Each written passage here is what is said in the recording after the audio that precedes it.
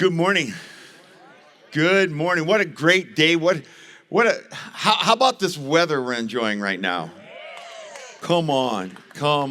It is so nice. Thank you for being here today. Hey, before we jump into what our current series on Extraordinary, we've been talking for a few weeks. Today's the day that we're going to receive an offering for our young people to go to camp. Send our kids to camp. We want them to go to camp. We want them to enjoy camp. Their parents want them to go away for a week.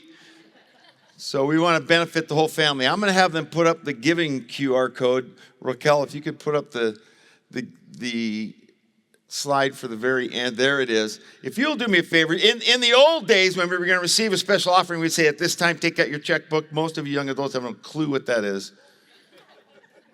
You don't have any idea what that is. You don't even know what balancing your checkbook looks like. So instead of right now saying, hey, take out your checkbooks or pull out some cash, if you'll just scan that, and whether it's $5 or $500, will you take time right now, and when you scan that, it'll take you to a place where you can click youth camp, and everything 100% will go to help send our teenagers to camp, and we are excited about that. We're sending 19, including leaders, we're sending 19 up to camp this year. It's our first year to take advantage of going to camp, and we are excited to send them up and wear them out and see their lives get changed. So if you do give more traditionally, there's big orange boxes throughout the building. You can drop in your debit card with your PIN number. We'll return it to you next week. So glad you're here. Will you do me a favor? If you have a copy of God's Word, will you open it to the book of Acts, New Testament, Matthew, Mark, Luke, John, Acts.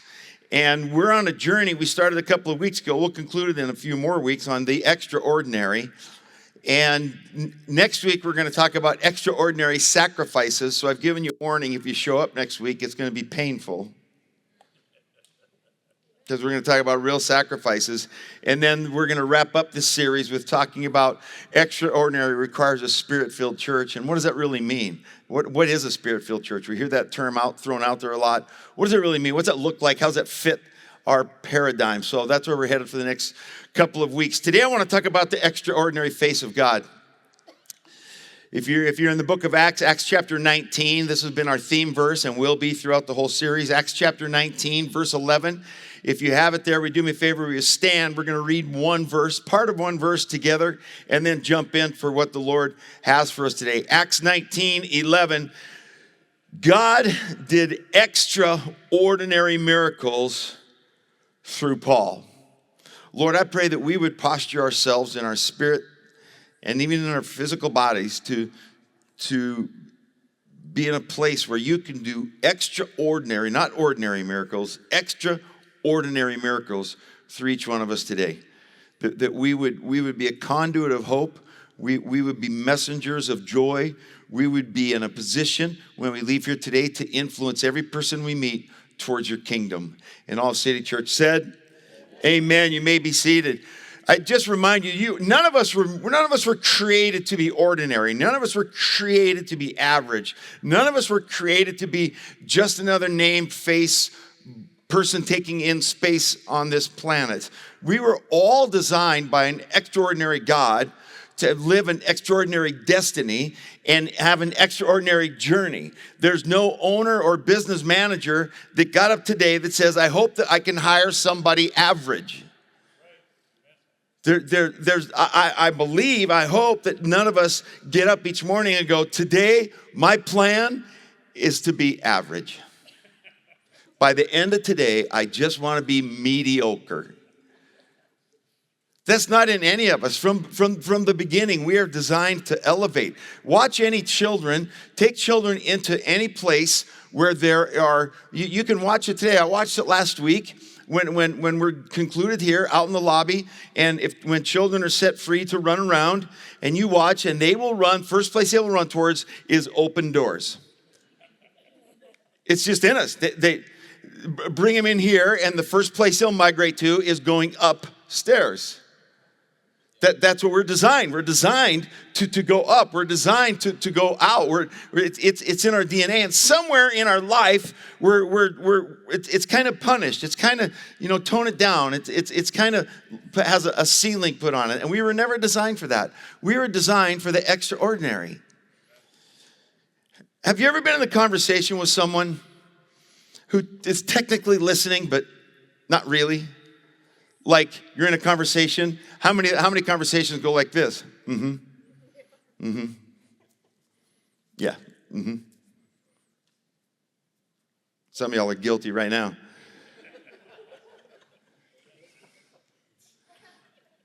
We get the nod, but we don't get them looking at us in the face. A couple of years ago, I do a lot of coaching, and I was coaching a pastor from across another part of the Phoenix Valley, and I was going through a very, very difficult time. Hard decisions he had to make with his family and with his church, and some decisions for his career, and he felt a little bit betrayed, and he was in a very, very sad and a dark place. And so he called me and said, "Hey, do you think we can just talk?" I said, "Yeah, man, for sure. I'd love to come alongside you." And so we met at a Chili's restaurant about halfway between him and myself. And we go into Chili's and we sit down and he just begins to unload. He just gives everything he has. He gets super transparent and all of his battles and all the struggles are going on inside of him. And he's laying it out there, and he's super emotional. And he's just being very, very real. And I just let him go for probably 20 or 25 minutes. He just laid it out there, all that he was battling. And it was the right moment for me to respond. And so I began to respond. And as I spoke about my second word, a spit bubble went out of my mouth and landed on his cheek. And it didn't pop. And so I was forced with a dilemma. Like, it would just be weird if I reach across the table and wipe the dude's cheek. It would be weird to say, "Bro, I'm really sorry, I just spit on you." It was a very uncomfortable time. And so, honestly, for the next 4 or 5 minutes before it finally popped, I stared the bro in the face. I could not take my eyes off that spit bubble. I have no idea what he said. But it was one of the times I realized that there's times when we will look each other in the face and not really hear the message. And we miss so much. If you're married, you know one look from your spouse and something's communicated. You know what I'm saying? Like, notice I'm not looking at Tracy right now because there are times when I'm preaching and I will glance over at Tracy and she's like, so we go home in separate cars on that day. Why does this matter? Because the Bible's clear that we can see the glory of God in the face of Jesus Christ. What a promise. That's not soft and puffy. We can see the glory of God in the face of Jesus. And so I want to just take 5 quick characteristics about the face today, if you'll journey with me. The first one is I want to talk to you about the power of the face. The power of his face. Numbers 6, verse 22 says, "The Lord said to Moses, tell Aaron and his sons," look at this, "this is how you're to bless the Israelites. This is how you're to bless other people. This is how to bless them. Say to them, the Lord bless you and keep you. The Lord make his," what? "His face shine on you and be gracious to you. The Lord turn his face toward you and give you peace. So they will put my name on the Israelites and I will bless them." He says, this is how to bless people. Show them my face. This isn't just a prayer, it's an instruction. This past week, Tracy and I went and watched our granddaughter in her school program, kindergarten school program. And you know, kindergarten school programs are just so fun because they're so unpredictable. Like, there are kids rolling on the floor. And we have a daughter that in her kindergarten school program, front row, pees her pants. And you're like, you're the best. All the cool kids pee their pants. So we go there to watch our granddaughter Madsen, and quite frankly, when I show up for my granddaughter's program, I have no idea why there's other children there. It's Madsen's program. And all you other people with your phones and your videos, stay in the lobby. This is Madsen's program. And so we're sitting with her parents, and we're a few rows up, and Madsen is doing her song, and of course we're elated, and we're taking pictures, and we're cheering Madsen on like she's just won a marathon. But the moment was when Madsen stopped singing, and she began to scan the crowd, and she saw her mom, and her face changed instantly. We are created to receive the approval of our Father's face. It's how we're designed. There's power in that affirmation. Your boss may not give it, or your spouse may not give it, but there's power in the face, the communication of the face. As pastors and preachers, we learn what faces not to look at when we're preaching. Like there's some of y'all still need coffee. Not going to point any fingers. We can tell when you've had a teenage morning. We can tell that you probably need to tell your face you're happy to be here. Faces are so important. Our face ID, our phone. Do you know that on the iPhone you can set up an alternative? It's called an alternative image. I think I'd like to take advantage of that so that I can put my Monday morning face in there and use it from time to time.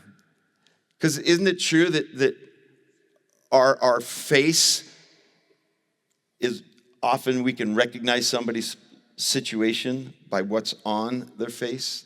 They don't even have to say a word. But our God is so good that he said, if you look at my face, you can see glory. The cool part is that when Jesus looks at us, he recognizes us immediately. And I promise you, it's not the church version that he recognizes. It's not the filtered highlight version that he recognizes. The freedom is, it's the real you that he recognizes. And there's liberty in that. There's so much liberty in that. There's power in the face. Second characteristic I want to draw is the face of Jesus does equal the face of glory. And we can ask, what does that really mean? Let's walk through this. 2 Corinthians 4:6, it says, for God who said, watch this, this is God who said, let there be light in the darkness. Now, we don't understand because we really don't know utter darkness. Very few of us have experienced complete and utter darkness. But this isn't just black. This darkness it was void. There was no sound. There was no hope. It was empty. It was not just black. And he spoke. This is God. He said, let there be light in the darkness. And he made that light shine in our hearts so we could know the glory of God that's seen in the face of Jesus Christ. That word glory is most often tied to your most obvious characteristic.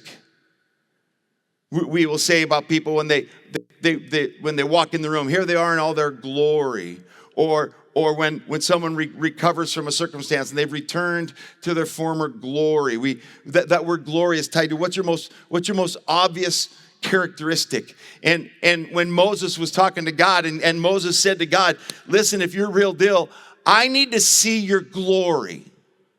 And God says, bro, I'm going to show you my glory. And he took Moses and put him in a rock where it could protect him. And then it says this, he put Moses in a rock, and it says that as he passed by to show his glory, he showed his goodness. His goodness is his number one characteristic. And it's his goodness that he says, I spoke that goodness into you, and you can see it in the face. You can't earn it. You don't deserve it, but it's there. You can do it with the baby test. Isn't it interesting that babies have such strong influence on any room that they go into? Like you take a baby into a room, and everybody's in the room, their voices all go up an octave. Oh,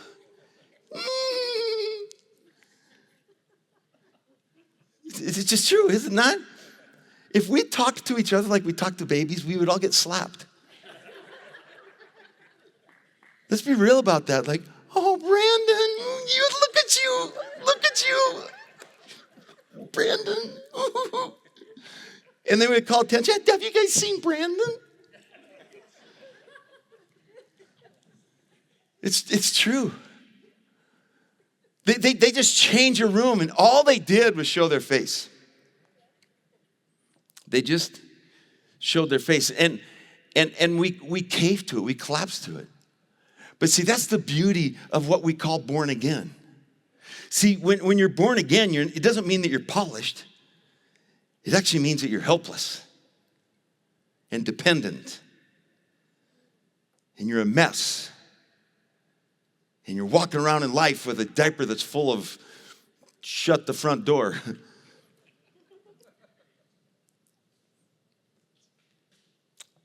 And he looks at you and he says, wow, I want to show you my glory. I want to ask if you'll do me a favor right here in this moment. We just close your eyes. Just close your eyes for a moment. And I want to ask you a question with your eyes closed. With your eyes closed, and you imagine Jesus looking at you. What's his expression?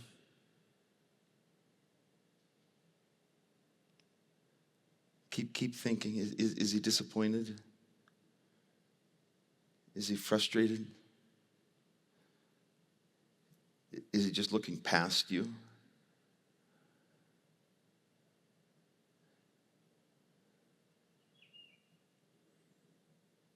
This question shapes the way we live.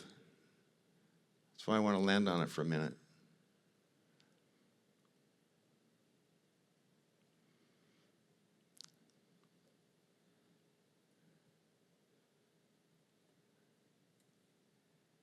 A.W. Tozier says this is a quote. He says, what comes into our minds when we think about God is the most important thing about us.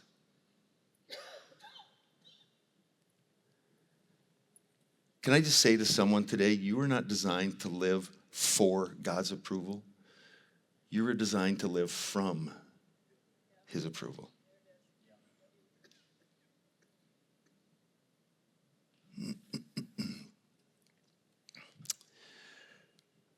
Well, third, I want to talk about the blessing of his face. This is what we read in Numbers, this blessing. It's not just poetry. It's God told Aaron, this is how to bless people. Remind you in verse 23, he said, tell Aaron and his sons, this is how they are to bless the Israelites. Say to them, the Lord. Now, let me just take you on a little word study of that, just that right there. That word Lord is actually Yahweh. And that word Yahweh is over-encompassing. It's almost indefinable. It's actually just a breath. It's another word for breathing, Yahweh. It's an enormous name. And he says, say to them, the Lord, Yahweh. It's Yahweh is I am. Remember Moses was talking to God and he's like, who are you? What's your name? And God says, my name is I am. And Moses is like, no, what's your last name? Like, who are you? And I know God doesn't get confused, but I wonder if he wasn't possibly confused in that moment when Moses said to him, what's your name? And I wonder if God didn't maybe say to himself, well, I could say that I am your joy, but I'm not just your joy, I'm your peace.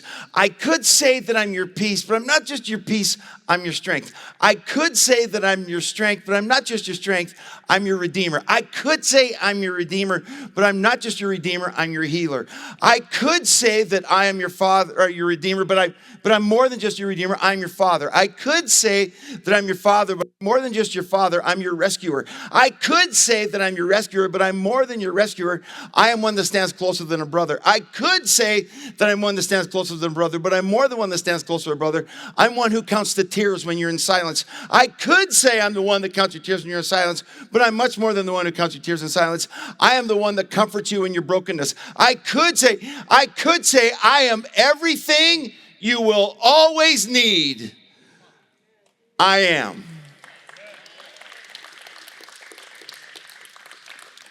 That's the Yahweh. This is who's talking to us. May that Yahweh bless you and keep you, and may he be the one that his face shines on you and he's gracious.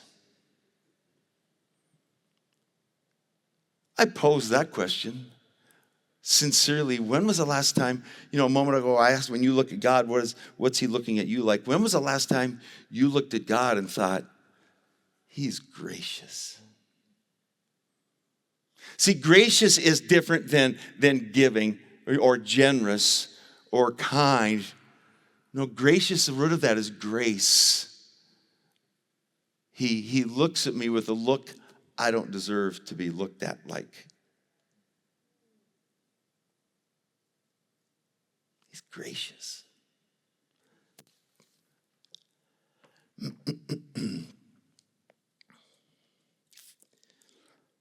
Sometimes I think we wonder about when he turns his face from us. I think if we're all honest, there's probably seasons of our lives where we think God has just turned away. He's not even looking at me. We ask the question, God, why do I have to go through this? Where are you? I think if we're transparent, we have that question. The beauty of that question is it's a biblical question. When you read through the Psalms, over and over in the Psalms, David sets us free. Over and over in the Psalms, David says, where are you? David says, why am I the one hiding in a cave and my enemies are living in a palace? David says, why am I feel so separate from you that my bones hurt? Where are you? It's okay for us to say to God, why do I feel like you've turned from me? I would say to you that the times when you think there's rejection, it's really protection. The times that you think that he's silent, well, it's really strategy.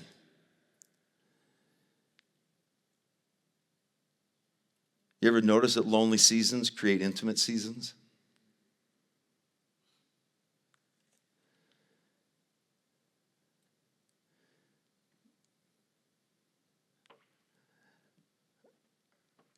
Up until a few weeks ago, I was living a lie that was spoken over me when I was 12 years old.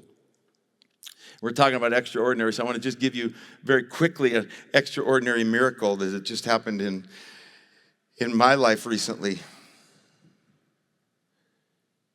And I didn't realize its power until I looked at Jesus' face a few weeks ago. Myself and Pastor Katie and Pastor David were at a pastor conference, and there was a teaching on healing from anxiety. And anxiety is something that has been super intense in my life in the last 4 years, like hospitalized panic attacks, middle of the night sweats, horrible. And I know, listen, I know the church world well enough that pastors aren't supposed to talk about their anxiety because we're men of faith. But let me promise you that I won't wear that. That's a pretty lonely place to be. I'd rather be true.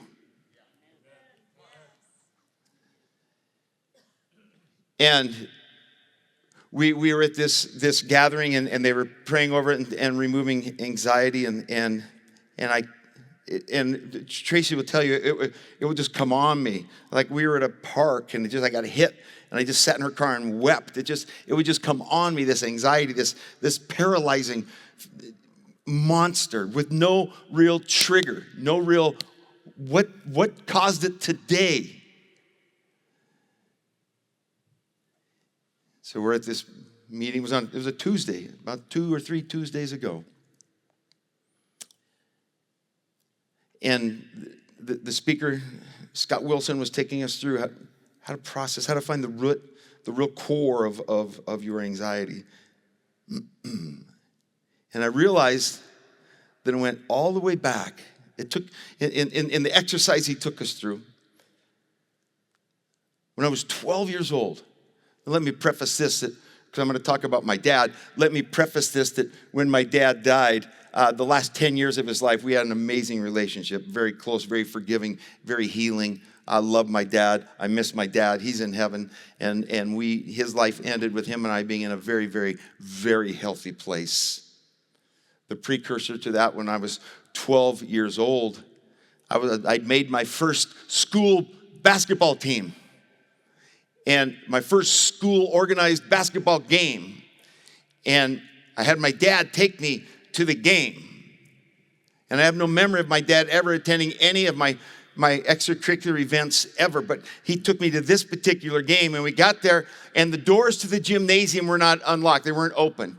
And so we sat in the car, and about 15 minutes later, another dad and his son showed up, and his son was in my class and on my team, and his son, Bobby Williams, got out of the car, and so his dad got out of the car, and then I got out of my car, and my dad got out of his car, or his side of the car, and he says to Bobby Williams' dad, the doors are locked, and I don't know the precise time, but we'll say that it was 6:45, and my dad and I had been there since probably 6:15, and Bobby Williams' dad said, yeah, they don't open the doors until 7.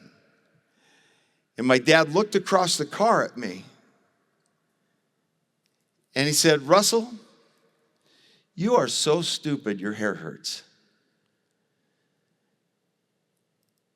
That year, I started using drugs. I went into a very, very dark place. I got to share it with some young people this week. I began to live a life of never feeling like I could measure up. I promise you, our staff, we read through books together periodically. And whenever our staff has a reading assignment, I have to read 2 more chapters than they do. I just have to. I never feel like I'm there. I've never felt adequate. I've never felt affirmed. And I never knew this existed until about 3 weeks ago. And I responded to an opportunity to receive prayer and to be set free from that lie. And can I tell you, 3 weeks later, I've not taken an ounce of anxiety medication. I'm walking in freedom, and the liberty is real. And I'm almost afraid to talk about it because I don't want it to stop. Like I'm anxious it's going to quit.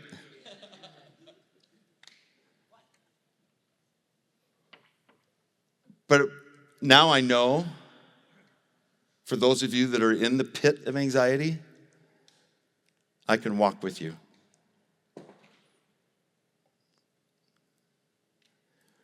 He wasn't ignoring me. He was forming me. Might be, we could say, for such a time as this. I wonder if you've lost your peace, are you staring into the wrong face?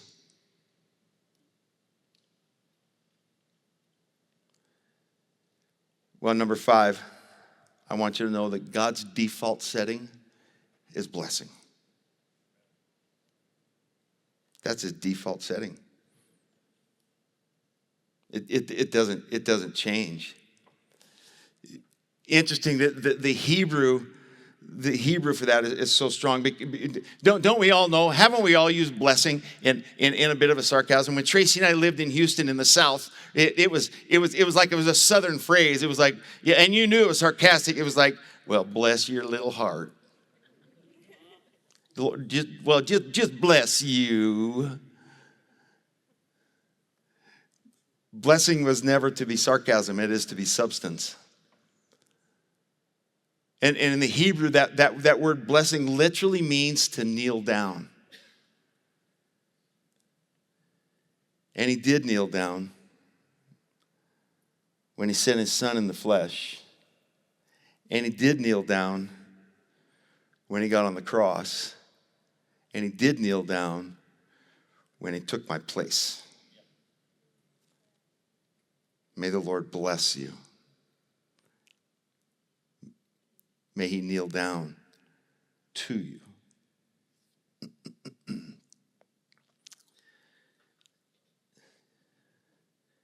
You ever get caught, a couple circumstances, you get caught staring at somebody?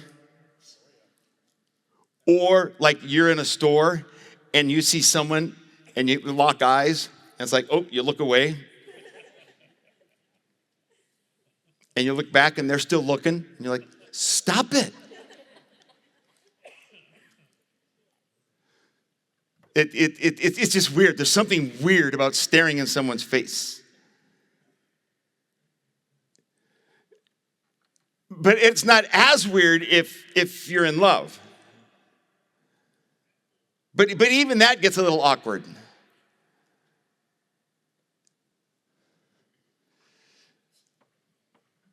But what comes from it is intimacy. It's his blessing is his default setting. And when we stare at him, there's an intimacy. I want you to know today that Jesus looks at you and not with judgment, but with joy. He shines his face on you to remove all the darkness. It's an extraordinary thought. That you're not good enough to earn it, but you're good enough to have it. Can you hear that? We spend so much of our lives just trying to achieve approval. That verse we read, it said that I'll put my name upon them. Isn't that what the bride does when after they get married? She takes the name of the groom. He wants to put his name on us. And when he puts his name on us, it gives us a new authority. When Tracy and I got married and she took my last name, it gave her authority to my bank accounts. All $18. It's like, do what you want, babe.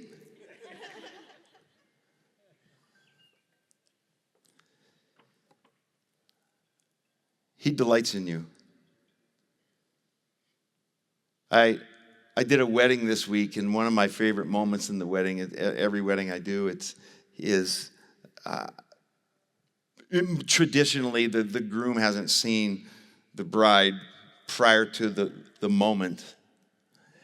And traditionally the groom is at the front of the church, and all the groomsmen and the bridesmaids have entered, and the ring bearer has come in, and the flower girl has come in, and the song starts, that announces here she comes, and the bride enters from the back, and I every time in that moment I don't watch the bride. I turn and I watch the groom, because his eyes are so fixed on his bride.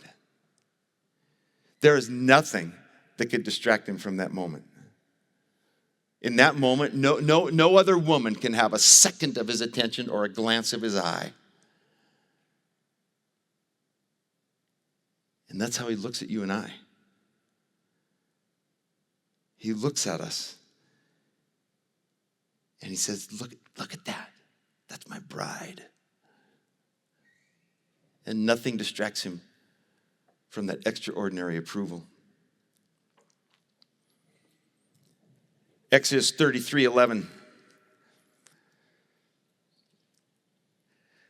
It says, inside the tent of meeting. That's an important framework. Inside the tent of meeting, in the place where Moses set aside. Inside the tent of meeting, the Lord would speak to Moses face to face as one speaks to a friend.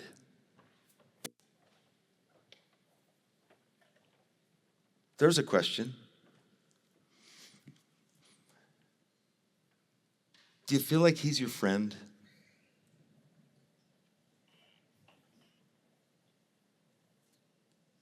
Or do you even feel like you're his friend?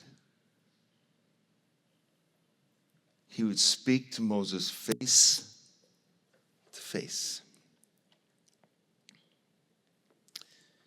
We are designed to live face to face with our God, not surviving secondhand memories.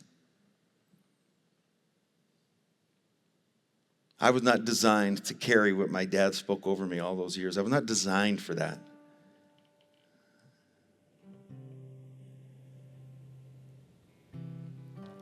I wonder today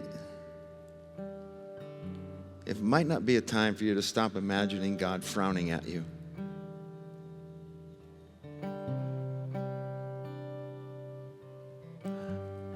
I wonder if today we need to stop the weird Walmart moment. Someone's looking at us, we look away, and maybe today is the day we look over and he looks at us and we fix our eyes. And we just look at him. He can't help but look at you. He can't help but love you.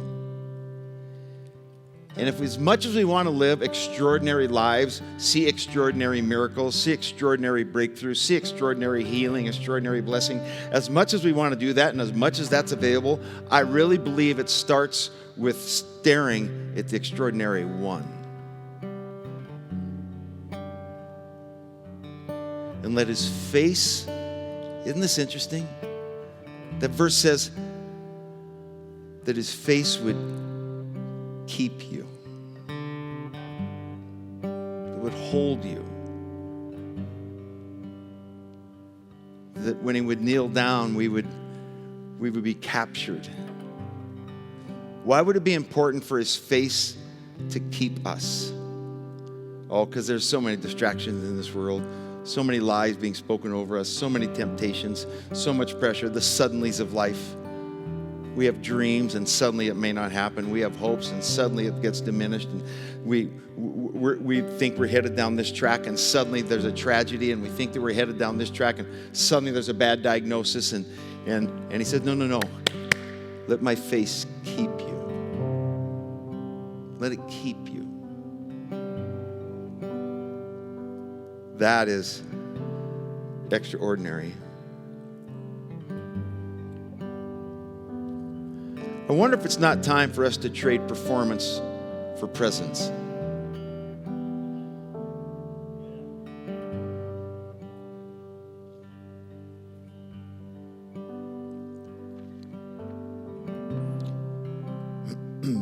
For our ministry team, if you'll come up and prepare.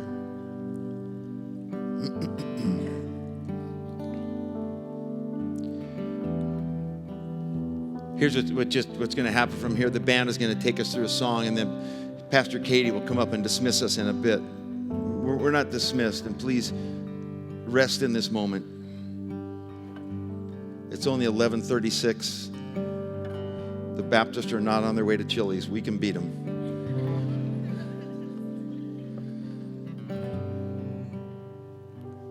Can you take a moment today and look at his face? Can we just slow down our pace of life and lay down the concerns and the weight?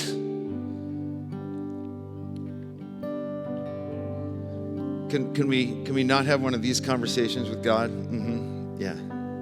For just the next couple of minutes.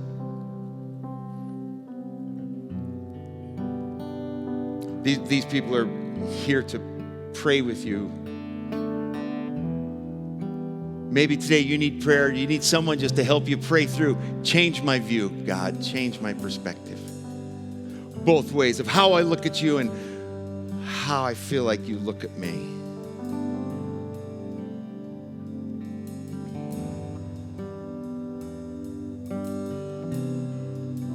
That second look is so important. I'll conclude with this. My dad died on a Thursday.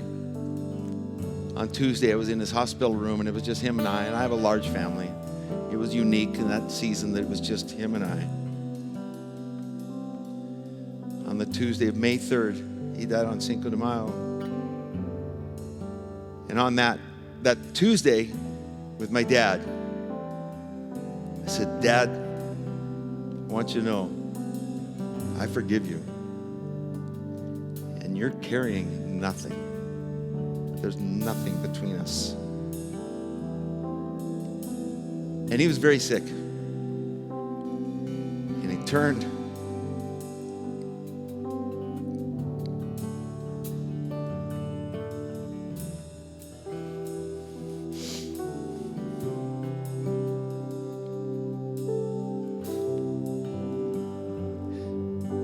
At 12, he said, Russell. 2 days before he passed away, he said, Russell, I've finally been told exactly what I needed to hear, and gave a smile. See, that's the Father. And today, can we take a few minutes and let his face shine upon us and keep us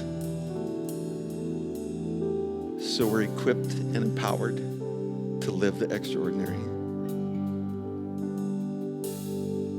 We stand as the band leads us.